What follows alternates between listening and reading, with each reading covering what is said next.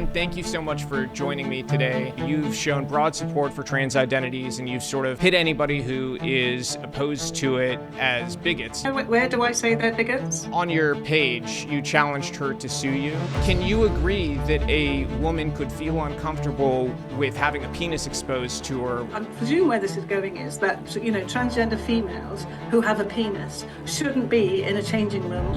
For me, this is a simple logic train. So if somebody has a body that you're not comfortable with, don't look at it. Are you saying that you don't think that transgender identities exist? Do you think that it should be banned for people like me to publicly have our view? When people like you have these protective views and you use a platform to spread that, it is hate. If it was my platform, I would shut it down. Robby Starbuck. Robby Starbuck. Robby Starbuck. Robby Starbuck. Robby Starbuck. Robby, I'm a big fan of what you do and your wife. Corporate America listens to this guy. I'm a little scared of him, too. This is the Robby Starbuck Show. Today we're sitting down with Dr. Helen Webberley, founder of Gender GP. If you don't know her name, you probably should. Gender GP is an online clinic that provides puberty blockers and cross-sex hormones to minors, often after extremely short consultations. The clinic has operated across Europe, and now they're expanding their model into the United States. Helen herself relinquished her medical license in the UK. Her husband was accused at one point of prescribing puberty blockers to a 9-year-old after a 10-minute Skype call. And multiple countries, from Sweden to Finland to the UK, have now rolled back or shut down child transition treatments over safety concerns. So today, I plan on asking the questions that doctors, parents, policymakers, and frankly kids deserve answers to. No pre-approved talking points, no slogans, real questions, because when we're talking about kids' bodies, permanent changes, fertility, and lifelong consequences, the truth matters more than ideology, it matters more than politics, and it matters more than feelings. So here it is, my full, unedited interview with Dr. Helen Webberley.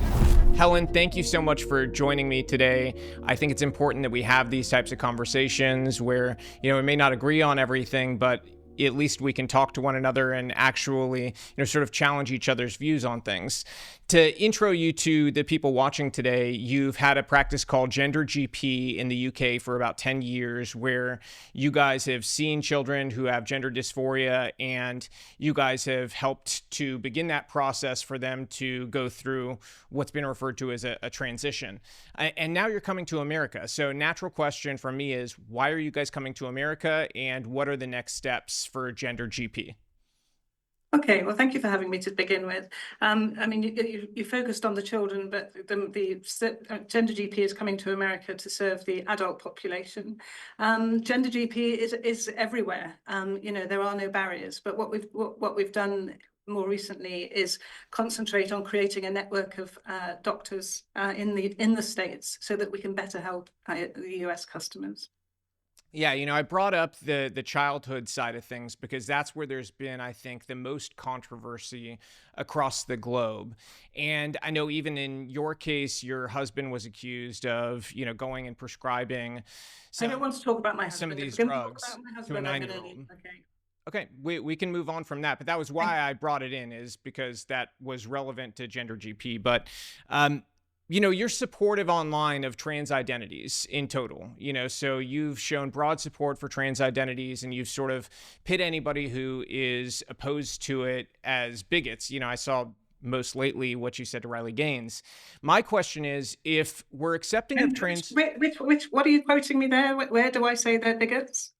On your page, you challenged her to sue you. Who? Riley Gaines. Riley Gaines to sue me, and I called her a bigot, did I? I believe that was the term you used, as bigot. Okay. Well, I haven't got that in front of me, but if you're confident that was what I said to her, and we'll put the post up on screen so people can see the post for itself and judge for themselves what you said. But my question is that how you feel about everybody who is opposed to transitioning kids? Do you feel like they're all bigots who just don't understand this, or is there some room in your mind for people to feel like, hey, maybe we need to pump the brakes here? Well, I mean, that's two different questions, but I don't for a minute think that anybody who has a particular view is necessarily a bigot. But what I do understand very much so is that that transgender identities are real, and transgender identities have existed for many, many, many, many years. But just recently, we seem to have an escalating number of people with loud voices who, for some reason, are opposed to transgender people and are even questioning their existence, which is just bizarre to me, because, you know, I don't understand what the problem is. I don't understand why it's so hard to understand that gender identity isn't necessarily the same as what your genitals are. And I find it very difficult to do that, and to understand why people have these such loud views, if you like, and also why the hate that comes with it. You know, I can understand people not understanding it because maybe they haven't met transgender people in their life, but I don't understand the viciousness and the hate towards a minority group. I find that hard to cope with. I don't think, in my experience, I haven't seen very much hate, more of a feeling of people expressing that they feel unsafe in certain areas. Like I've seen, you know, women saying why would anyone feel unsafe with, just because somebody is transgender? Why would that make somebody feel unsafe? So that's a good question. And if you think about Riley Gaines, okay, we'll take her in specific. I don't know who Riley Gaines is. So she was a swimmer here in the United States, and she had a situation happen. She was an NCAA swimmer, very, very, very great. And she was going to competition, and she was not told ahead of time there would be somebody who identified as transgender coming into the locker room. He exposed his penis and... Wait. You can't identify as transgender. You identify as a gender. So you either identify as male or female. So you don't identify as transgender. Transgender is an adjective. So you may be a transgender male or a transgender female, but you don't identify as transgender. Don't non-binary people say they're transgender and they don't identify as male or female? Transgender just means that your gender is different to what was put on your birth certificate. That's all it means. It's just an adjective. So you're identifying as it. Yeah. So this swimmer identifies transgender. He has a penis. This swimmer identifies as female, I think is what you're trying to say. Yes, identifies however you want to put it. Okay. Yeah, well, he comes in to educate the population, I think, and the correct way of saying it is that I presume this swimmer identifies as female, and they were using and she was using the female changing room. I'm guessing that's what you're saying. Well, he has a penis, so he walks in with a penis. She has a penis. I'm not going to discuss individual transgender people with you if you're going to misgender them, because it's frankly offensive. So if Riley is a transgender woman, then we should... No, Riley's not. So let me walk you through it. So Riley is... Respectfully. I will attempt to do this in a way where you'll understand everything here. So Riley is a natural born female, okay? Riley is a, great swimmer, worked really hard through high school, gets to the collegiate level, to the top level in college. She's swimming. She goes in the locker room, is not told by NCAA officials that this person was going to be coming in. Penis gets exposed to the locker room, and Riley feels that she was mentally raped. She is a young woman. Rape. Can we just say rape? Mentally raped. So the definition of rape is where there is unconsensual sexual intercourse where the penis enters the other person. That's not the only way somebody can be raped. I mean, there's plenty of different ways people are charged. That's the legal definition of rape. Here in America, there's different ways rape is charged. You don't always have to have forcible penetration for somebody to be raped. But beyond that, mentally raped. Can you agree that a woman could feel uncomfortable with having a penis exposed to her when she was not consenting to have that exposed? People get changed in changing rooms. Not everybody has what somebody else perceives as a perfect body. There are lots of body anomalies, differences, if you like. So if somebody has a body that you're not comfortable with, don't look at it. But actually, I mean, I'm presuming that this hit your news or your tabloids or whatever, your press. I'm like, just don't look. Why are they looking at someone else's genitals anyway? Well, they're in a locker room, so it's kind of unavoidable if the person undresses next to you and it's in your face while you're sitting down, right? Your face. So, come on, honestly, it's just this ridiculous argument. If we're going to base like I presume where this is going is that, you know, transgender females who have a penis shouldn't be in a changing room with another female who doesn't have a penis. But the way that it's portrayed, you know, it's so the penis is so close that it's dangling in her face. Just doesn't happen, does it? Well, I mean, I've been in locker rooms. You know, I played sports in school, and I think people get undressed. They're pretty close to one another. And especially think about this from the context of some of those females who have been in these situations in locker rooms. They are themselves rape victims where they were raped. You know, so having that previous experience, you'd have to be understanding to the fact that a woman could reasonably be afraid. Some females have a penis. Some females have been raped. But you can't exclude all females who have been raped from a space just because they've been raped. You can't banish all females who have a penis from a space just because they have a penis. Well, it's just like, this is not humanity, is it? One thing we won't agree on is that you know, women can have a penis. I think that's something, you know, you were talking about the confusion, right? With well, if you're saying that a woman can't have a penis and that we're not going to agree on that, what you're basically saying is that transgender identities don't exist, so that somebody who has a penis and testicles can't identify as a woman. And I mean, where does that come from? Where do you find that view? Because there are millions of transgender women living in the world. There's like something like in one count up to 8 million transgender people living in the US. But yet you're saying it's impossible that somebody who has a penis identifies as female. I mean, what? How come? How do you get to wipe out a whole section of the population by saying transgender identity can't be real?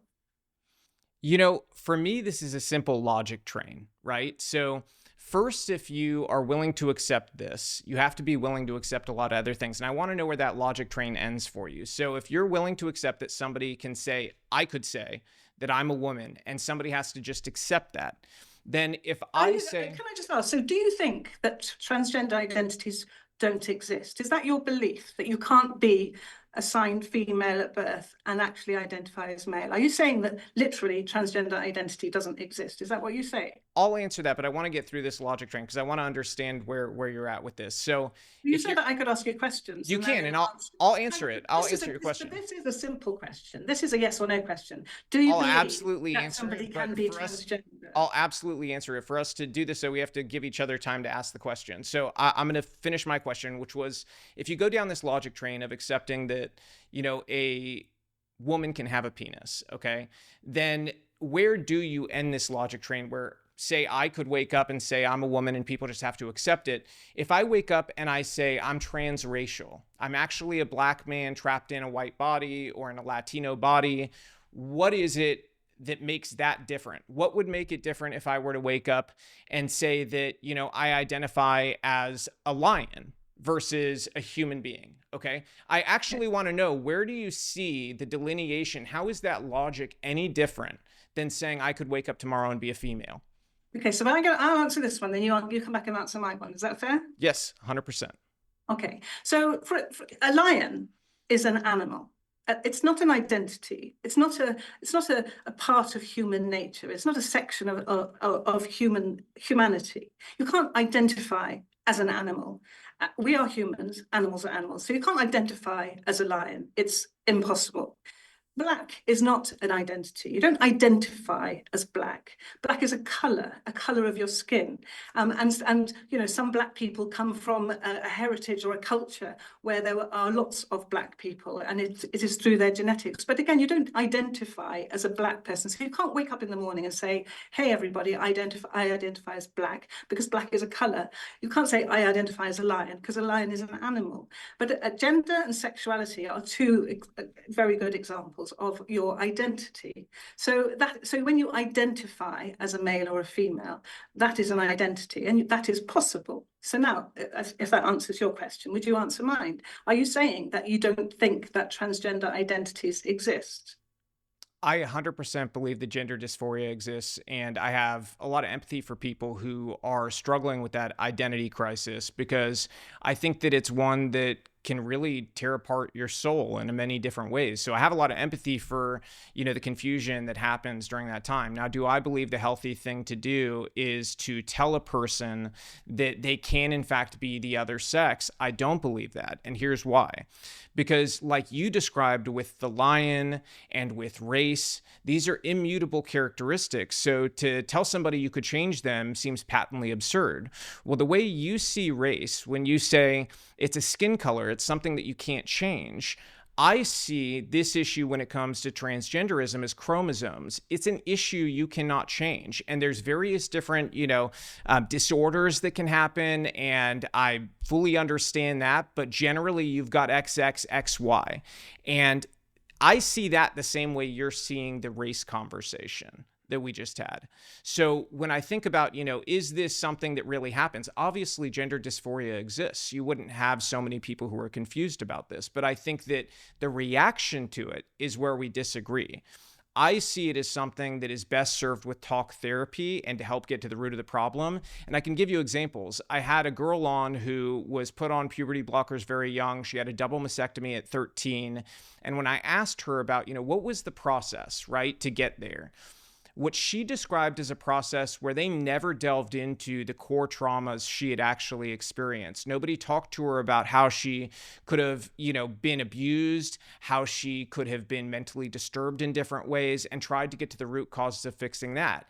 And the end result is she did not actually want to transition. She went through all the way through to double mastectomy until she finally realized that she'd made a horrible mistake and she became a detransitioner. And so this is where I get to this next, sort of question is that, if we assume that neither of us know we're right, let's pretend that, okay? No, I can't pretend that. I'm not pretending that.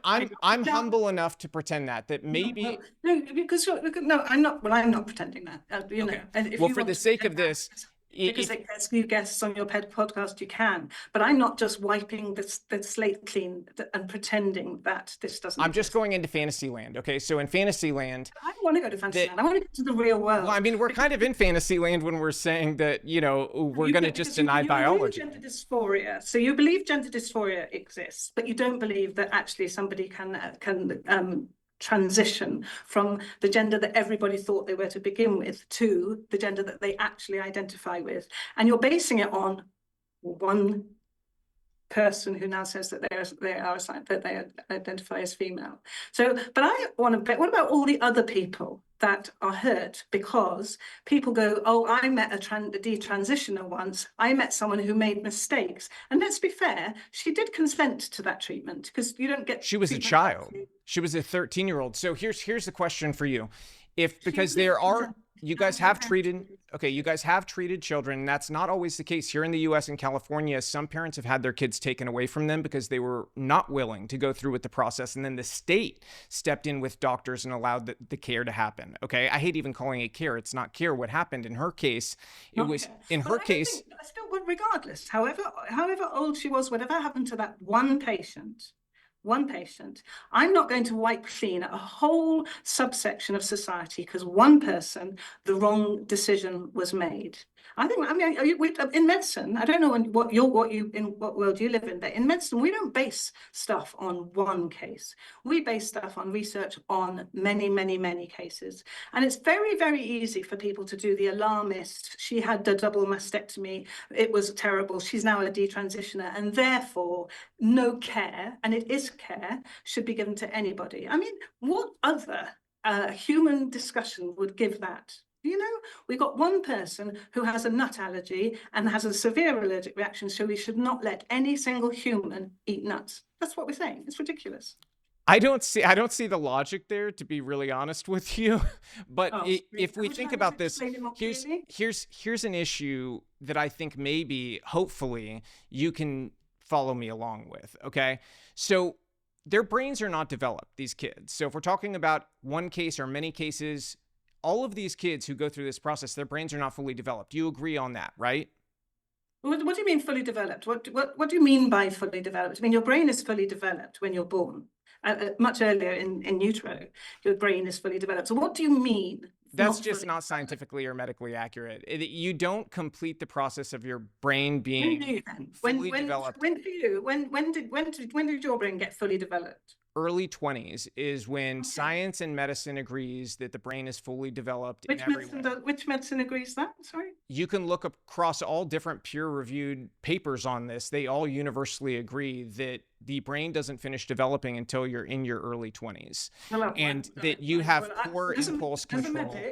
I disagree with that. And it depends what development you're talking about. Do you mean the neurons are not connected? Do you mean that your personality... I'm talking about the full development of your brain, the full development, including your ability to control impulse control and things along those lines. So I was hoping we could agree on that, but even if we can't, okay, we've got kids out there making these big decisions about their life when even some leaders in the field of what you do out there, like Marcy Bowers, admit that a large number of these kids are not going to have full sexual function to be able to orgasm when they're adults. Why is this the one that everyone pulls out? Oh my goodness, we got to talk about orgasm now in children. So so we've done when they're adults, not when they're kids. I'm talking about later in life. So how can a kid make that decision when they don't know?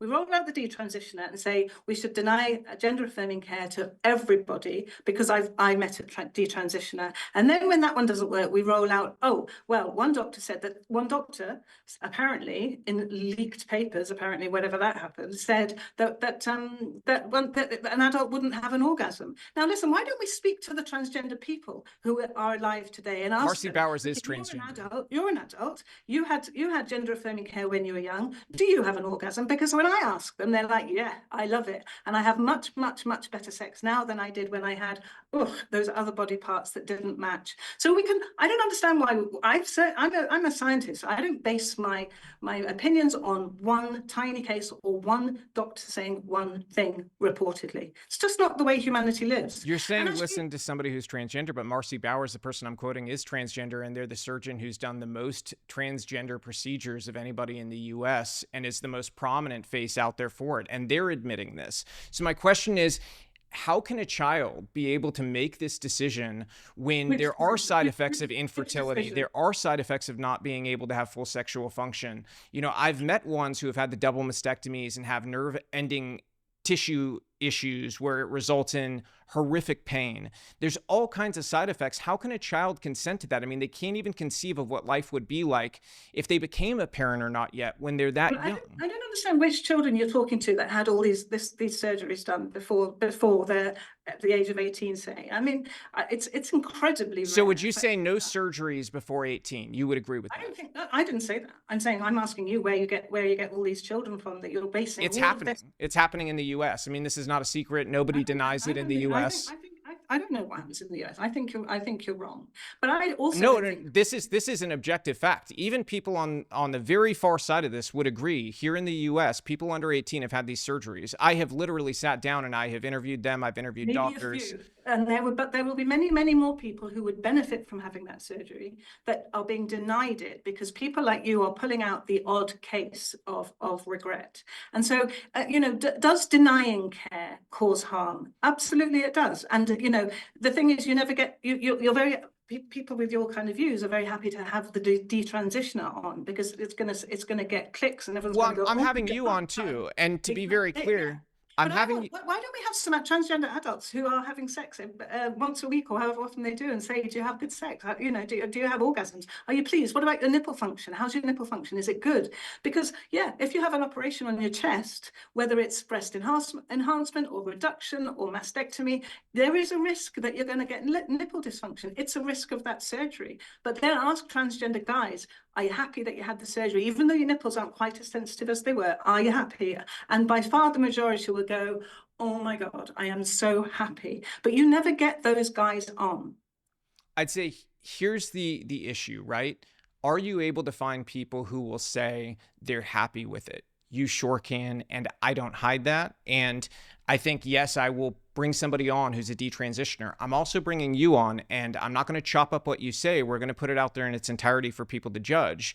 And I think that's the fair way to do things. And I'm a big believer in having these exchanges because I think, I'm not always going to be right about everything. I believe what I believe very strongly, but I think people are entitled to hear. But does it matter that what you believe and what you say actually hurts people? Transgender people. I don't believe that. Who are transgender, who may also have gender dysphoria, and who are trying to access care but are being blocked because people listen to your views because they're quite loud and they're spread widely. Do you care that hurts people? I don't believe that it does hurt people. And here's the thing I would tell them. I learned a long time ago that you need to be in control of your emotions. It really does. I have emotional regulation. So I don't allow other people, I'm an adult, I don't allow other people to affect my emotions. If they do, it's because I've decided they are allowed to have that power. So if somebody's saying I have the power to hurt them, they would really need to soul search why they're allowing somebody that they don't know to have that kind of power, because that's something that is really a you problem.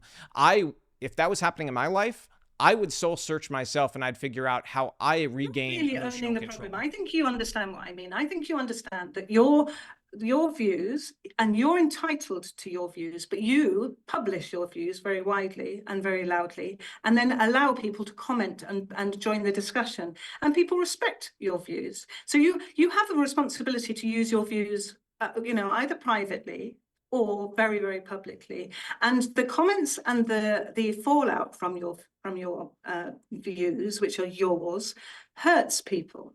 And so you can say, oh goodness, well, you shouldn't allow yourself to be hurt. But it does hurt. And I just want to say that you do hurt people.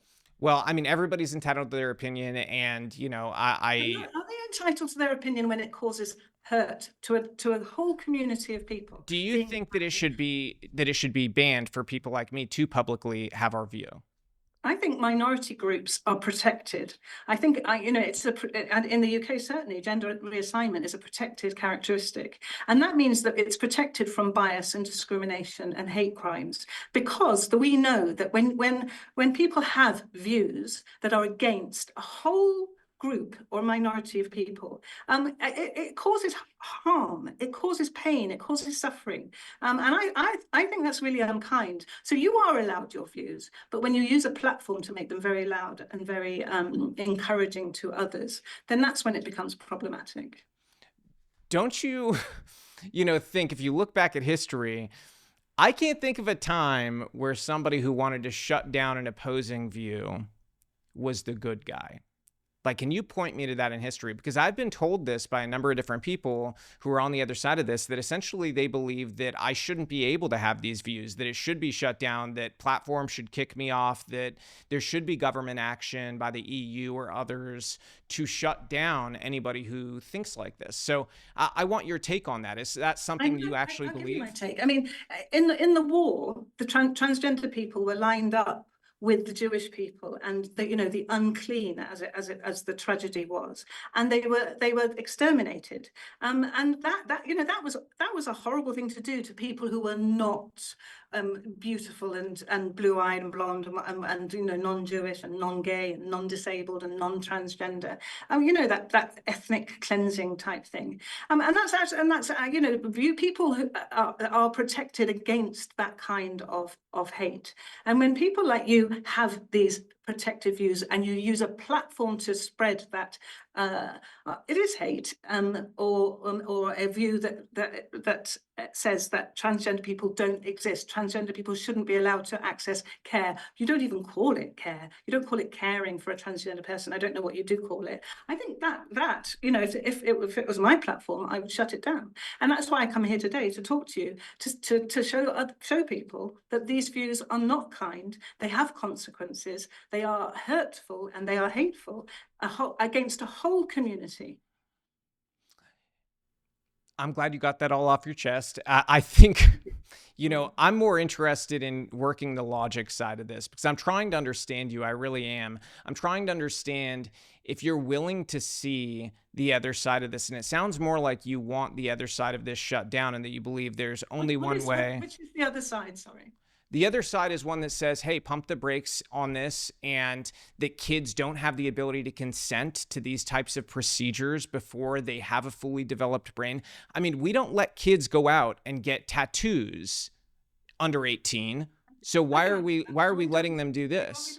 They don't even understand algebra, and we're telling parents your child's fully capable of making this lifelong decision where they could potentially be left infertile. They could potentially be left in a situation where sexual function is lost. They could have a host of different side effects, bone density issues. I mean, how can a child consent to that when they don't even know algebra? No, I don't know what algebra's got to do with it, but what we do in medicine, okay, in the science world, is what you do with any treatment. So you get a sample of patients, for example, 100 patients, yeah, and you give them a treatment that's been recognised and developed for a particular condition, and you see what happens to those 100 patients. Now, if all the 100 patients said, I'm unhappy, I'm infertile, I can't orgasm, I've got no nipple function, I hate it, I hate it, I hate it, then we would be like, oh, we've done this wrong. But actually, if you look at the research and you look at the 100 people who were given puberty blockers and gender-affirming hormones, the overwhelming research and outcome is that they are happier, better off. They enjoy their bodies more, and that's the numbers you have to go on. So I admire you for being concerned for somebody else's fertility and their sexual function, but I don't think that your concern for them should override the medical research. Well, that's not the entirety of the medical research, though. I mean, you look at the Cass review and other countries that are deeply researching this, and the bodies of evidence they're looking at, they're not just looking at one study, they're looking at all of them, and they're putting it all together, and they're saying, what are the outcomes we're seeing? And the result is many European countries are outright banning or severely limiting this. And then here in the US, states are completely banning it for children. I mean, that's been the case here in the state where I am in Tennessee. It's completely banned for kids. No hormones, no puberty blockers, no surgeries. This is where the world is going as more and more science comes out that is studying the issue. Doesn't that give you some concern, some pause when you see that as more science comes out, more countries keep limiting it? What I see as an enormous concern is that there are people who want to listen to Dr. Cass, right? I'm just going to give you a brief overview of Dr. Cass. Dr. Cass is not somebody who has ever managed transgender children or adults. She's a respiratory pediatrician, so she manages lung problems. And yet she, for one person, was called to do a review on transgender services, which is a little bit surprising. It's like you wouldn't. We have two charities in the UK. We have one that protects birds, and we have one that protects animals. We wouldn't ask the bird charity to give opinions on how we manage animals. We would ask the animal charity. Do you understand my point? And then we have somewhere. I mean, hold on. If we pause there for a second, you wouldn't want somebody who has a financial, sort of tie into the business of transgenderism to be the one studying this. You would take somebody who's a professional in the field of medicine, and you would have them study it independently. So I think that's what the intention was, is have somebody independently study it.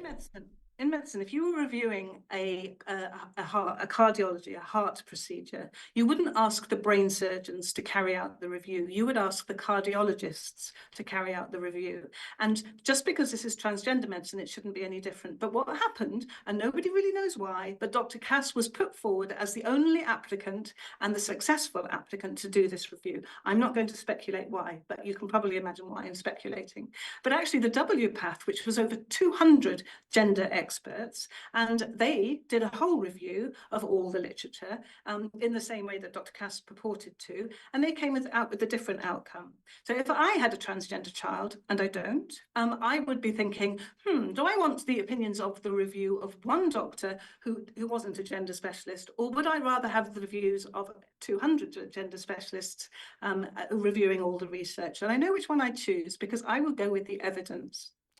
I mean, so here's how that kind of works out. Here in the US, there was a big story in the New York Times about something sort of similar to the Cass review, where they were studying all of this stuff, and somebody who was pro-trans rights was behind that, right? And what ended up happening is, behind the scenes, the numbers they were seeing were not in alignment with the ideological views they had and wanted. So they were trying to hide this review. That was a big story. It was a bombshell here that essentially science was being hidden because the predetermined outcome they were hoping for was not what they were getting. And so I think your normal sort of person out there, if you ask them, would it be appropriate to take a group of people who all receive a financial benefit and ask them to essentially investigate themselves? Is that a good idea? Your average person would say, no, you need somebody from outside there to give a clean, unbiased, eagle-eye view look at it and to decide, is this actually on the up and I up? don't think Dr. Cass's outcome was eagle-eyed or unbiased. Please explain that, because I want people to have the full view. What was biased? It's been picked up, as you have highlighted, in the UK, in Europe, and now in States of America. And as a result of that, children are being denied care. Now, what happens to those children? We know what happens to children who are denied care. It causes harm. It causes lifelong body changes that could have been prevented, and it causes severe mental health deterioration because they know there is care available, and yet somebody else has banned it for them. So even though the research supports that it improves mental health, functioning, life satisfaction scores, longevity. I want to understand completely, make sure we're on the same page. Are you saying that Dr. Cass's report leads to kids committing suicide? I don't want to make that association because that's too strong. But what we do know is that children who are denied care, their mental health suffers, and the worst outcome from suffering mental health is suicide. And that is when children are denied care. So let me ask you this. Yeah. If let's say 13-year-old says that they want gender affirming care, but the gender affirming care in their mind is a Brazilian butt lift because they watch YouTube all the time and their favorite singer has a Brazilian butt lift. Can we have no, this is a real question. This is a real question. You're talking about a 13-year-old transgender child comes to the gender clinic and says, I want a Brazilian butt lift. Is that really what Where do you draw the line is what I'm saying on procedures to give, quote, gender affirming care, right? Because conceivably... You're doing that alarmist. Oh my God. No, it's not alarmist. If somebody has body dysmorphia, I mean, there's people out there who say they don't feel their true self unless they were to get a limb amputated. There are people out there that is a real mental condition. So why is that any less real? Why is that something we should take less seriously than somebody saying, I should be... You get to take it seriously? What gives you the right to take this seriously or not? And then champagne it from your on your platform. What position is it that you hold that gives you the right to decide what happens inside a gender clinic with a transgender child and their family? Millions of people have entrusted me to stand up for what they believe is right. And so that's what I do. And that's either that or millions of people will view your views and if you get the detransitioner and you do it together, I bet you make a very compelling argument. But that's a bit different from millions of people trust Robby to expose this, to make sure no transgender child ever gets any further gender affirming care. I'm like, whoa, I don't know who elected you in that position. Well, I mean, here's the thing. Here in Tennessee, my views were widely popular and were a large reason why they banned these procedures. So clearly, you're responsible for it. Clearly, you're responsible for the care being banned in Tennessee. Well, I tell you what, Robby, when you look back on your life in a couple of decades to come, I really hope that you're not proud of it because you will have caused a lot of harm if that is your responsibility. I believe that we will have saved a lot of children. I feel very sad for the children, the transgender children in Tennessee, if it was you that managed to get this care withdrawn or prohibited. Very sad for them.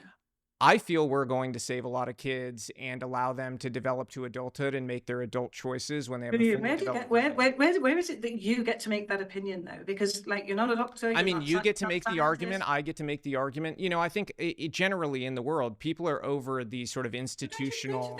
I'm bestowed a right by having a diploma. That's not how you're bestowed the right to speech and to have an opinion. Speech and opinions are decided in this battlefield out here of ideas, and people decide what sounds more reasonable to them. And right now, why are the people deciding what medical care? Who should decide? Why should people not have a say in what happens in their societies? Societies are built on incentives.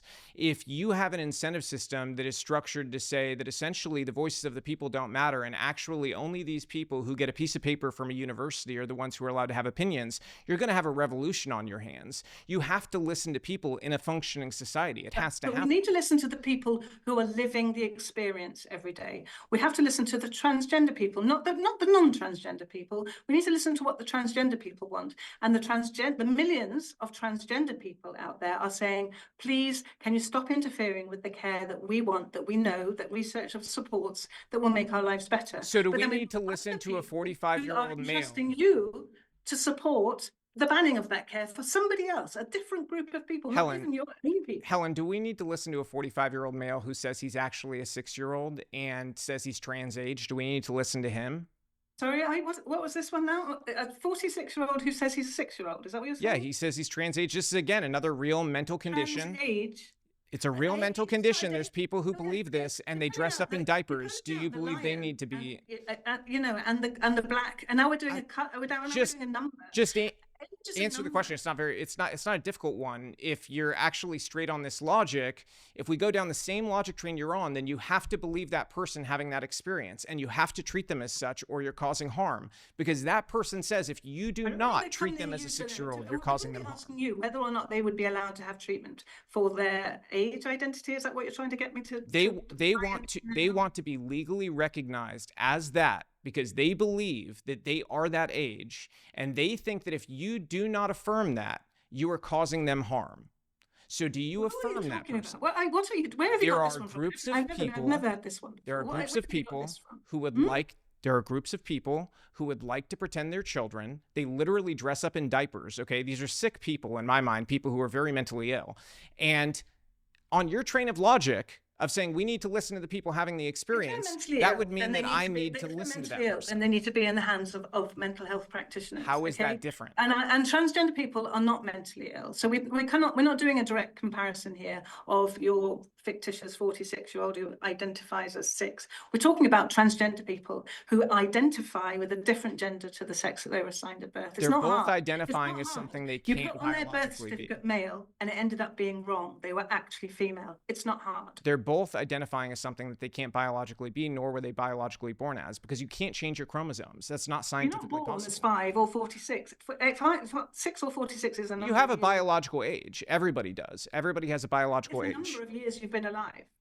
It's a number of years. It's not biological. It's nothing to do with biology. It's Actually, there's two things. There is the number of years you've been alive, and then there's a biological age that's measured by taking blood, and you're able to measure a bunch of different components and figure out what your biological age is. It's an emerging science. But beyond that, your normal, rational person. Now listen, we could talk about that one because there's a lot of money in that. Because what they're going to sell you next is how to give you medicines and well. No, I agree with you. I actually think it's total bullshit. To make their biological age less, and so you can live Trust me, longer. I agree with you. We would agree with each other on that. But that's not the same as transgender identities. And I'm not comparing them. You're comparing pineapples to turnips. I see them mentally as the same thing, and so I'm. You the right to see them mentally. Well, I'm asking you, how am I wrong? Please explain that to me. Explain to me, in the best argument you possibly have, how those two things are different, because they both have impossibilities tied to them. In the case of the person born male saying that they're female, they have chromosomes that you can't change.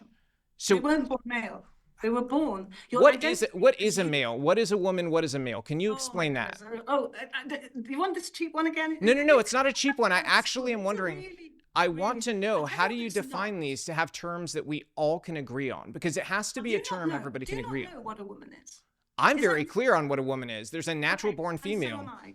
And your gender identity is whether you're a woman or a man, right? But your chromosomes are little tiny things that you can't see that are in every single cell of your body. nothing to do with your gender identity at all. It just so happens that the majority of people who identify as female happen to have XX. However, some have XO, XXY, XY. And those are called chromosome disorders. You know, it's a difference. Medically, those are called disorders. When somebody doesn't have XX or XY, they're defined medically as chromosome disorders. You know that, and it's very, very rare. That's how they're referred to.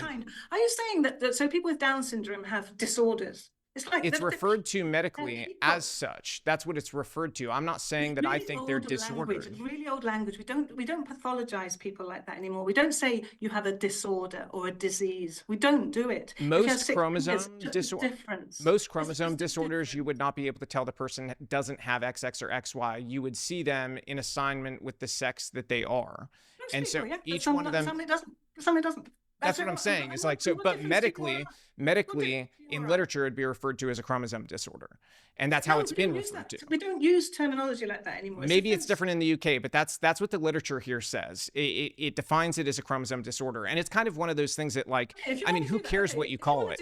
Then transgender people have a chromosome disorder. And what about gametes? Do gametes not play a role in this? You know, is that gametes? Do they not play a role in defining sex? They have a huge role, yeah. Well, that's where your chromosomes come from. So if we can agree they play a role, then how do you think you can go from one sex to another and actually biologically change? When you say what do you mean? Biologically change? Are you saying that you're changing your chromosomes from XX to XY? They say trans men are real men. You've said this. Trans men are men. Trans women are women. That's something that you believe. If you believe that, then biologically you believe that they are that thing. So how do you deal with gametes? Biology is different. Biology is like body parts. It's chromosomes. It's cells. It's the blood tests you were talking about. What makes up whether we're men and women? How much sodium you have in your body. That's biology. How your lungs work, how your intestines digest your food. That's biology. It's nothing to do with a person, their identity. I mean, it only makes up every part of them. It's what, sorry? It makes up every part of them. Yeah. You know, like it is what makes you. Everybody's the same, Robby, are they? And I don't think, you know. No, they're not, but they have commonalities. So males and females have commonalities, and they're very different from one another. Like, one of the things that's driven me crazy that I honestly think has actually hurt your side's argument is this sort of like denial of reality that men and women are different and that we have distinct biological advantages as males that females don't have, and women have different things with their bodies that we don't have. That's something that your average person sees, and the constant denial of that by people who are pro-transitioning has kind of driven a lot of normal people to say, you know what, this side over here sounds more rational. Alert. Like average people who are not super into this whole thing. They're just an average person out in society. They don't get too deep into this. They hear the two sides, the two different opinions. And when they hear somebody denying something that plainly we can all see, that like, look, I'm 6'2", I'm a bigger guy. I have distinct physical advantages over almost every female on the planet. Okay, there's very few. Listen to you. No, but that's what I'm saying is that there's these distinct advantages biologically that we just can't deny, right? Like, and when we deny it, we're not doing anything kind to anybody else. What's it got to do with this? So you're 6'2", you're very tall, you're very strong. If I identify, thank you. Thank you for calling me handsome. I appreciate that. No, but if you think about this, if we're willing to admit I have biological advantages, I should be nowhere near playing women's sports. If I wake up tomorrow and say I feel, I know, but if I say I feel like a woman, you might be more in my camp, but you don't play women's sports. If I wake up tomorrow and I say that I am one and I go sign up, you're gonna wake up tomorrow, Robby, and say because transgender people I would agree. I would agree with you on that. I'm probably not going to. But I mean, look at Caitlyn Jenner, right? Caitlyn Jenner has said the same thing, that essentially it's not fair to have these. You're going to bring out the 13-year-old detransitioner. You're going to bring out Caitlyn Jenner. You're going to make up somebody who wakes up tomorrow and wants a Brazilian 13 and goes to the doctor and says, I want a Brazilian butt lift or whatever it was you called it. Why can't we just talk about transgender people in general, right? Can you give me an example? have success they are disadvantaged because of society's attitude towards them, which is promoted by programs like this and your millions of viewers. They are disadvantaged. They're disadvantaged in relationships, in education, in job opportunities. Why aren't we debating that? Why aren't we debating how better to help people to enter education, get good jobs, win medals at sport? We can agree on a number of things. Because I'm much bigger than them. We can agree on a number of things here. We should absolutely be providing better education to people. I think we would disagree on what that is. I think that we can both agree that people should be treated fairly. I think we have different ideas of what that looks like, though. And I think in general, your views are, oh golly, it doesn't matter that trans people are not treated fairly, or they don't have access to education because their lives are really quite tricky because of how do they not? Can you explain that? How do they not have access to education? Because the way that I see it here in the American public school system, it bends over backwards to try to please people who have this identity while telling others who are opposed to it that they're bigots. So they do. Well, that's good. I'm glad. I'm really, if your country really does do that, then hats off to your education system. If they really are singling out students that find school difficult because they're different, because they have an anomaly, because they have a chromosome disorder, as you call it, then my hat off to your education system. Very few of people who identify as transgender have a core chromosome disorder. Do you identify as male or female? Or non-binary. However you want to say it. They say here all the time, people who say they're transgender, they say they identify as transgender. That happens all the time. So I'm using terminology that I hear from these people. Okay, that's fine, but I'll just... Here in the US, if you look at the school systems where this is happening the most, where it's championed, like in Davis, California, what happens is there is a pocket of kids, a hotbed of them identifying as either non-binary or transgender.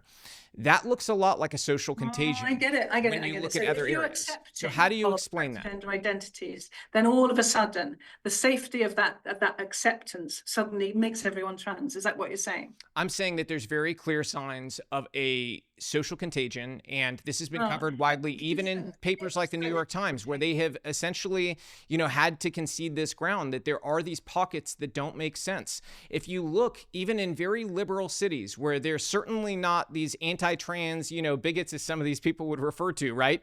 These are people who generally have voted in alignment with these policies. There's some school systems that are not as, openly celebratory as others, but they're perfectly, quote, accepting in your view, and you don't see the same numbers. You see pockets of explosion that are built around social dynamics. So clearly, when I look at that, I say it is irresponsible to treat these kids and to give them lifelong It's not cool, right? treatment. It's not cool. It's not easy. It's very difficult. Your gender identity is splashed across the newspapers. It's debated by people who have nothing to do with them at all. People like you and your platform. Being transgender is not a cool thing to be. And yet, from all of a sudden, 2020 to 2024, it was. Trans people, then everyone's going to do it. It's like saying oh my God, if I go to the gay bar tonight, is that going to turn me gay? It doesn't. We know that. No, I think if you're walking in the door there, you probably have some, ideas about what you like or not, right? But if you do look at America, places to go.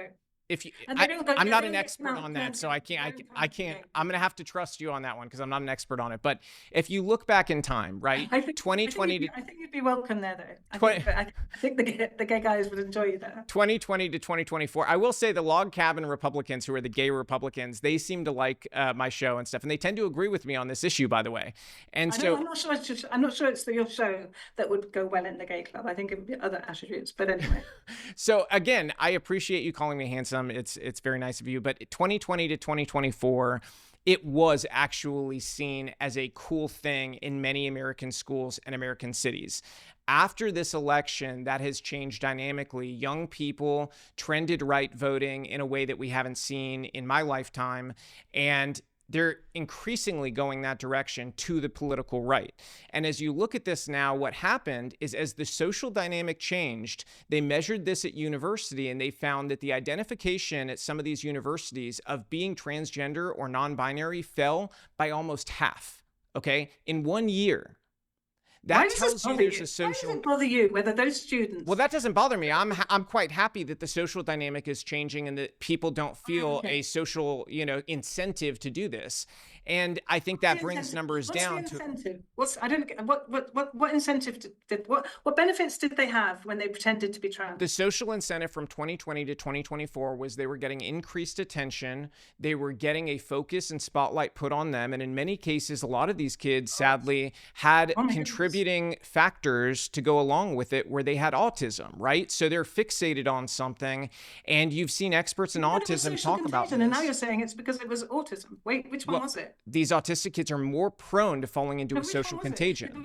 We started on this. These two things are connected. They're connected. Social contagion. They're connected. They changed their minds. Many different types of autistic kids are more prone to a social contagion because of the fixations that they can have on what different people are autistic, and then they were socially contaged, and then they turned trans, and then they decided they weren't trans. But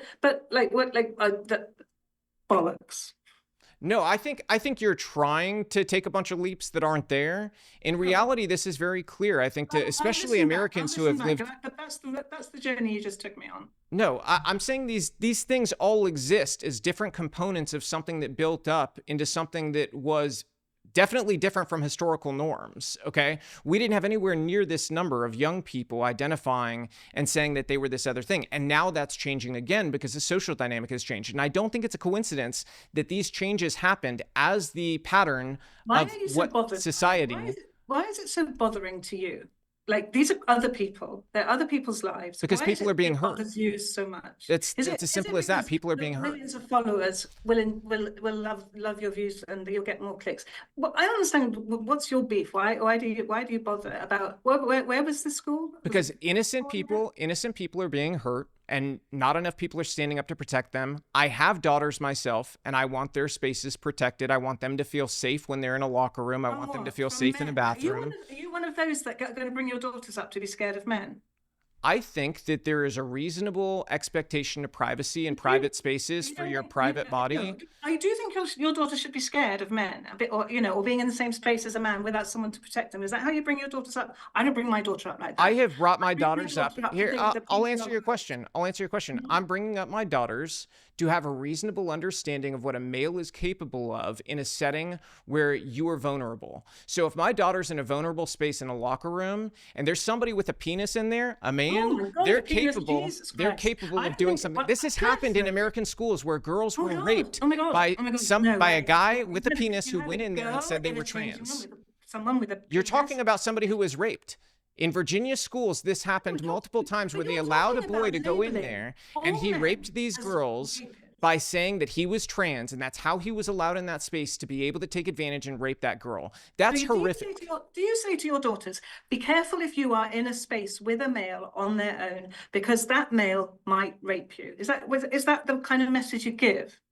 I mean, or do we just say to people? We just say to people, and it doesn't have to be girls, it's anybody, because don't forget, boys get raped too. And that's the sad fact of life. Or girls are disproportionately raped. Don't go in a dark alley. Don't go somewhere where people can't see you, where you can't call for help if something bad was to happen. But we don't say to people, don't go near someone with the conversation is protect yourself from vulnerable situations, right? Yeah. And vulnerable situations can look like girls have been raped in the locker room. So how can you say it's not a vulnerable situation? Girls and boys have been raped everywhere.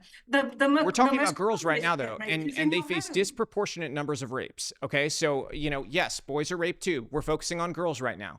I have daughters and sons. I'm not singling out the girls. I have daughters and sons. I'm singling it out because it happens more often. That's why. And here's the truth. By the way, I don't care. Here's the thing. I don't care if a female who identifies as male comes into the male bathroom. They pose no threat to me. Okay? That's why I'm focusing on girls and men who identify as trans. If a girl who identifies as male wants to go in the male bathroom, I honestly don't care because they pose no threat. I don't want to go in the male bathroom. Females go in the male bathroom, thanks. No, I'm saying if they're a girl who identifies as a male. I beg your pardon. So okay. So trans males, you mean? I don't care if they're in the bathroom with me. They pose no threat to me. They pose no threat to me at all. So again, that goes back to the distinct biological advantages. So strong, and you can overwhelm them, and that's really cool and amazing. No, it's a very clear, easy biological fact that people can understand that Men aren't generally afraid of that. Okay. So we're fine. I honestly don't care. I mean, send them in there. Okay. Maybe that's actually the answer to the whole thing, is just send them all in there, because men are not seeing this as a threat, right? The focus is on females because they're the ones who are physically threatened. They're the ones who have been raped in these situations. This image that we're creating, that we women fought for years to be treated as equals, and now we've got this narrative that we've got men superseding them. I'm not scared of men. So, and if somebody who has a penis comes into my locker room, I don't think you're going to rape me. But I tell you what, I don't go in dark alleys at night time, and I don't go into car parks on my own when there's no people around. That's what we should be teaching our daughters. That's smart, but it's also smart not to be in a room where you're vulnerable and naked and there's somebody with a penis in the room, because guess what? You always have a higher % chance of being raped if there is somebody naked in the same room you're naked and they are the opposing sex. The majority of rapes happen in the home. Again, this is irrelevant to the conversation. You have someone with an orifice and someone with something that they can rape. This is irrelevant to the situation we're talking about. There are disproportionate numbers you could point out in a bunch of different ways, but if you're exposing people to harm, we're talking about this specific harm and why it's an issue. So, I think women are fully entitled to feel like it is not safe. And that they just don't plain want to be exposed to somebody's penis. You're talking about many girls who are in this situation who have never seen a penis. You're not going to win me over with transgender people who have a penis, who go into a female changing room, are to be seen as somebody as a threat because they have a body part that's different. And actually, you just told me a minute ago that they've got no sexual function anyway, and they're not. No. Again, that's not what I said. I said that there are a large number. I said that there are a large number that can, and it's specifically about Tanner stage 2. If they're given treatment during Tanner stage 2, you're a puberty expert now. If they're given the treatment, no, I'm actually talking, these are the words of Marcy Bauer, who is with WPATH, by the way, is a transgender surgeon who identifies as trans, and they've done a bunch of these surgeries. Okay, so I'm not using my words. This isn't speculative on my part. This is that person from the very organization that you touted as an expert organization who has admitted that there is a loss of sexual function and ability to orgasm as adults in that group. They've got no sexual function. They're not going to get an erection. They can't do raping. That's not true. There's AGP people. That's not true. There's people who have sexual disorders where they are sexually aroused by the idea of being a woman and dressing up as one and being in the space with other women. There's all kinds of different sexual proclivities that are out there and weird and result in these weird situations. And not everybody gets treatment in Tanner stage 2. It's a transgender woman who has a sexual fetish that she gets off on being in a changing room with other women. You're acting like this is crazy, but anybody can look this up. They're all over the internet. Anybody who's been on social media has seen these people. They're all over the place. Social media, they're probably the worst representatives you could possibly ever ask for. Social media, come on. Honestly. It's reality. These people exist. You can't go through life pretending that they don't exist. TikTok. These are real people. They exist. Women have experienced these things. I'll tell you the real people who exist. The real people, before we wind up, are the transgender community who suffer greatly from views like yours that are projected wildly, that portray them as dangerous people who rape women, who have sexual dysfunction, who have fetishes growing as fancying being in the same space as a woman with their penis hanging out. Honestly, those are the people that are hurt, and that's reality. Have you ever in your practice come across a child that you would not transition because you felt that it was not appropriate, that they were mentally not of sound mind? Well, you would never, mentally not of sound mind. If someone has a severe mental illness. One case, have you come across one where you said, no, we're not going to give you transition drugs because there's a mental issue here and we're going to treat that instead? Or do you always affirm? No, you treat every single patient differently. Have I had patients in when I was practicing as a doctor in the UK? Have I had patients that I've said, listen, let's do a little bit more work, explore a little bit more. Let's find out what the best thing for you. Many, because that's the right way to doctor. Did you end up giving drugs to all of them, or did some of them not transition? No, but the majority of people who come are transgender people who didn't wake up yesterday wanting a Brazilian butt lift. They identified as transgender for many, many years and now are taking steps to transition. It's really very simple. Tell me this, you're coming to America. Saves lives. You're coming to America. What does the process look like? What do you think is a reasonable process that is enough time for you to investigate as a doctor, for doctors to investigate these issues and to decide to prescribe the drugs?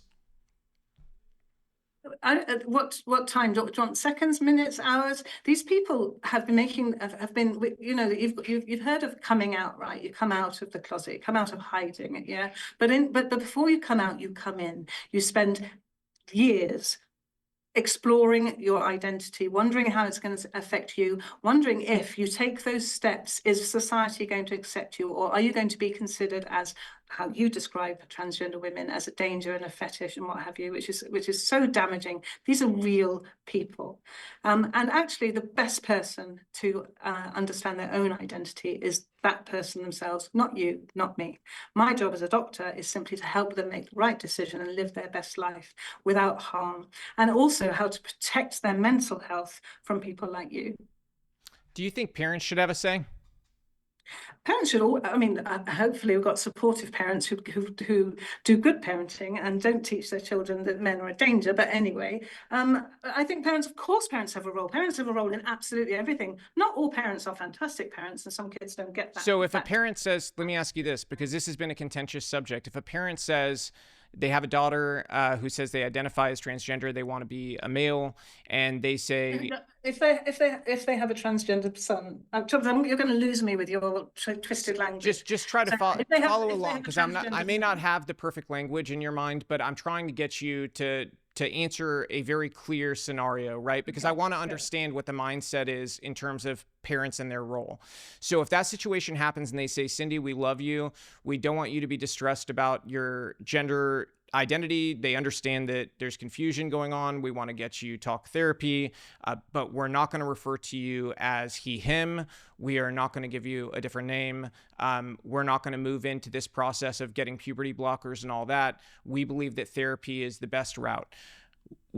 Do you believe that those parents should suffer adverse action, that they should have their child taken, that the state should take over and give that child more treatment? I don't think the state should take children away unless they are at a danger, and some children are at a danger from their parents. But that's quite an extreme. Do you agree that no, that's not extreme. Actually, that's actually the normal response. The thing that bothers me more is the first bit, not the taken away by the state, but the first bit, when you've got your child coming to you and saying, Dad, I've got something to tell you. You may not like it, you may not understand it, but I need you to help me with this. And I know that you thought that you had a daughter, but actually, I'm a male. Now, that first interaction, that first response from those parents is crucial, because what you're saying is the scenario you gave me is where they're saying, no, you're not. No, you're not. You're a girl. And then you're denying that child. They gave a very loving response. I love you. God didn't make any mistakes on you. You're perfect. You're perfect the way you are. And I want to get you the therapy that clearly you need to, be given so that you have time and space to talk about this. If there are mums and dads out there listening to this, right, who have children who are saying to them, please, will you listen to me? Because I'm trying to tell you that I'm transgender. Please, will you listen to me and help me with this? And if there are parents listening to this, trust me, please support your child.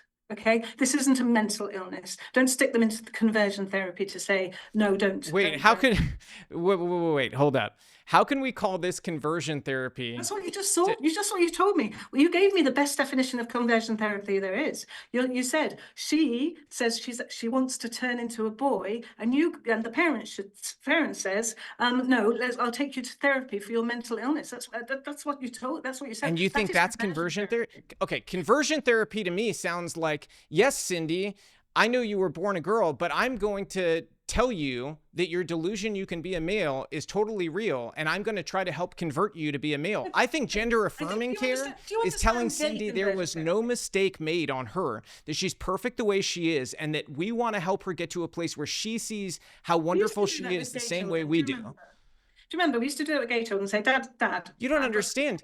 With gay children, what they were saying is, we're going to, no. If you're starting from square one and you say somebody's gay and you say you want to change them to straight, then you're describing a conversion, right? If you have somebody who is a biological female and they say they want to be a male and you change them, you are describing a conversion. Robby, That's I think- conversion I think- therapy. What you're I think we doing, should- gender I think we affirming should wind care, up. okay, we can wind up, but gender affirming care is telling that child that there is nothing wrong with them, that they are wonderful, that they are perfectly made, and that you're going to help them get to a place where they can see that. That is gender affirming care. Okay, Dr. Starbuck, gender specialist specializing in gender affirming care. That's your view, and it's very harmful. As we wrap up, tell me this. In America, what is your goal? Why are you coming here when the mood of Americans is one that is trending increasingly towards saying this is dangerous, this is wicked, it's evil, it's mutilating kids? I'm not talking to those Americans. I'm not coming over for those. Well, those Americans write the laws. So, I mean, I would probably try to figure out a coherent That's argument. exactly my point, because you don't get transgender people in high positions because of the difficulties that they face in life. Well, no, And it's that's because the tragic. populace That's the tragedy. recognizes the mental illness and they don't want to elect Not somebody mental who's illness, disordered and has a mental illness. The International Classification of Diseases, that the World Health Organization 11 has declassified it. It's not a mental The World illness. Health Organization also told us that that COVID was totally natural, and they also told us we needed to stay 6 feet away from each other, mask ourselves, and keep ourselves inside, so we were, COVID is a whole new discussion. sequestered away from the dangerous oxygen. Okay, so I think that the WHO is probably a bad group to use as your expert. Okay, It's all we've got. And they have classified it as not a mental illness. So, Dr. Starbuck, you can be classified as a mental illness. I'm very happy the mentally ill people at the WHO say that it's not mental illness, because that probably just further affirms my point that it is. And so, what is your goal here? No, what is I your need goal to. in I need America? to. I need to. I think I need to wrap up. This is last question. What is your goal in You America? said the last one was the last question. No, well, you didn't answer it, which was, what is your goal in America? What do you want to do? I want to what does make success look gender like? affirming care accessible to as many transgender people who want to access it. Okay, well, thanks for joining us, Helen. I think that what you're doing is wicked. I think it's honestly like barbaric on the same in level. 20 years' time. I we'll think it's see. on the same level as child Absolutely. sacrifice. And I think that humanity is going to look back on it the way we look at child sacrifice. And I think people like you are going to look like absolute villains. I really do. Well, let's look I 20 will years. pray for you, though. I will pray for actually, you because, 20 Helen, years' I time. believe that nobody is too far gone to be saved. And so I will pray for you, because what I have just heard throughout this interview can only be I'll see you back described here in as 20 years, and we'll see who was deep right. wickedness. So I wish you well, and I'll be surprised if Gender GP is actually able to get off the ground in America, because I don't think our lawmakers are going to take kindly to it. Okay. Thank Cheers. you. Thanks very much for having me on. So there you have it. A medical model that denies long-term safety data, so-called treatments that are so irreversible, European nations are even banning or severely restricting them. A treatment, if you can even call it that is so dangerous, many states here in the US have banned it.